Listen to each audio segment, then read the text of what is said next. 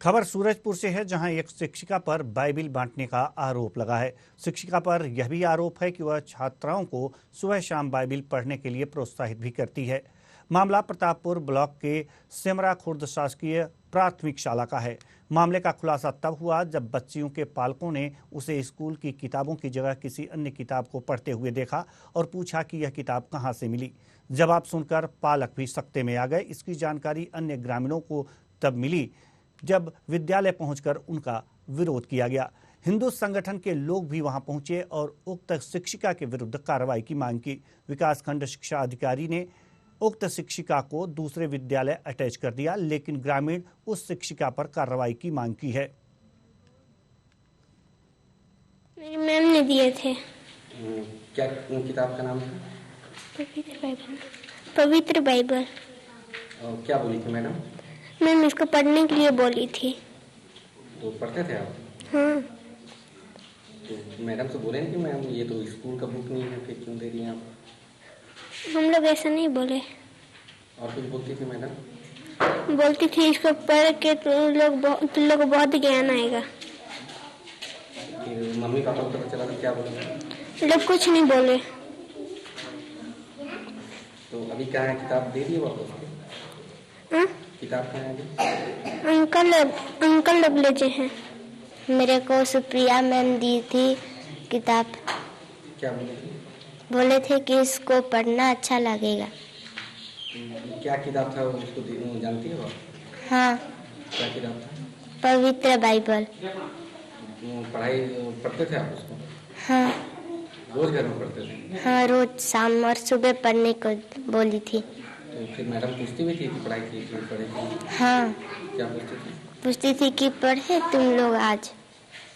मेरे को पता नहीं था ना मेरी बच्ची का क्या हो रहा है वहाँ। तो जब पढ़ाई कर रही थी वो बैठ करके, तो मैं उसको काम के लिए भी बोलती थी, तो काम ही नहीं करती, खाली उसी को पढ़ती थी दिन रात सुबह शाम। उसके बाद फिर मैं बोली कि इसको कौन दिया है, तो मैम दी है, इतना बड़ा कॉपी को मैम दी है बोल रही है। फिर पढ़ने लगी बैठ के। तो फिर मैं जब उसको देखी ना, तो थोड़ा सा एक पन्ना को देखी, लेकिन मेरे को क्या पता कि उसमें क्या चीज़ है, हिंदू धर्म के लिए वो गलत है। फिर उसके बाद जब एक लड़का है, उसका क्या नाम था, तो लालू यादव जब आया ना गौठान से, तो वो पुस्तक पर जब खोल के ना दरवाजे के पास पढ़ रही थी, तो देखी तो बोला कि ना चाची इसको क्या पढ़ा रहे हैं आप। तो मैं सोची एक क्या बुक पढ़ रही है, क्या पढ़ेगी। एक है हिंदू लोग के लिए गलत है, बाइबल है, इसको मत पढ़ाई, नहीं तो दिमाग पूरा खत्म हो जाएगा। तो मेरे संज्ञान में नहीं आया सर। तो आप कब से यहाँ पता? मैं 19 फरवरी 2023 सर। तो फिर अभी कहाँ है वो मैडम? कहाँ है मैडम? अभी बरपारा में अटैच किए हैं सर उनको। तो बच्चों के द्वारा कुछ शिकायत की गई आपके पास में? मेरे पास कोई शिकायत नहीं किया गया सर बच्चे के द्वारा। तो आपकी जानकारी में नहीं था? नहीं था सर। आप किस नज़र से देखते हैं अगर बच्चों के साथ ऐसा पुस्तक दिया जाता है, तो आपके नज़र में आप क्या सोचते हैं इसके बारे में? मैं इसके नज़र में मैं सोचता हूँ सर कि इस तरह का बच्चे लोगों को शाला में नहीं पढ़ाया जाए, और हमारे जो पुस्तक में होगा भी सर, तो जब उसका वो आएगा तब हम पढ़ाएंगे, नहीं तो नहीं पढ़ाना चाहिए सर। स्कूल में तो एकदम अलाउ नहीं है सर। छात्राओं को धर्म परिवर्तन के लिए एक शिक्षिका के द्वारा प्रेरित किया जा रहा था, जो कहीं ना कहीं एक बहुत बड़ा अपराध है। कई राज्यों में धर्म परिवर्तन के खिलाफ सख्त कानून बने हैं। इसके बावजूद उस शिक्षिका को जब यहां से तबादला कर दिया गया, अर्थात इस धर्म परिवर्तन की मुहिम को और बल दिया गया है। निश्चित तौर पर जब यह बात कुछ हिंदू संगठनों, ग्रामीण और उनके पालकों के ज्ञान में आया, तो संज्ञान लेते हुए उक्त शिक्षिका के खिलाफ शिकायत की गई।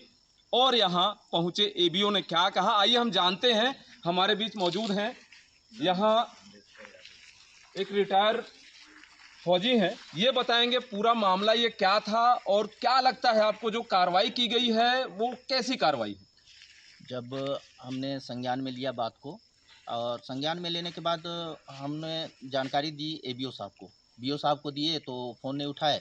फिर एबीओ साहब को बुलाया गया यहाँ जांच के लिए। जब एबीओ साहब यहाँ आए, पूछताछ कर रहे थे, जांच कर रहे थे, तो उनके संज्ञान में लगा कि हाँ सही है। लेकिन हमारे जब ग्रामीण लोग बैठे थे, वहाँ पे बच्चे लोग को बुलाया गया और सबसे पूछताछ कर रहे थे, तो एबीओ साहब ने एक बहुत ही अलग टाइप का बात किया। उन्होंने बोला कि क्या आप अपने बच्चों को रामायण क्यों नहीं बांटते हैं। हमने बोला भाई रामायण क्यों बांटें, अभी बच्चों का पढ़ने का समय है। तो उनके बोलने का मतलब क्या था कि हम बच्चों को रामायण बांटें, अगर रामायण नहीं बांटेंगे तो ये बाइबिल बंटवाएंगे स्कूलों में। ये गलत है, कहीं ना कहीं उनका बोलना ये गलत है।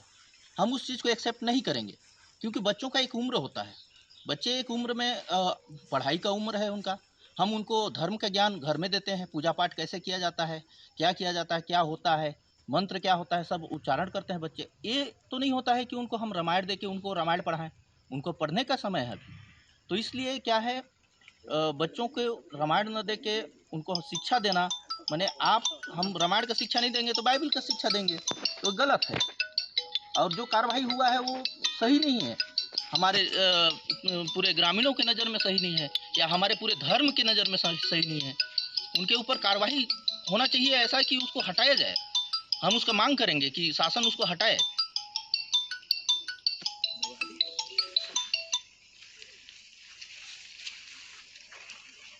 आपने सुना कि उच्चाधिकारी आते हैं इस मामले में। बेहद ही संगीन मामला है, यह धर्मांतरण का मामला है जो छत्तीसगढ़ समेत कई राज्यों में चल रहा है।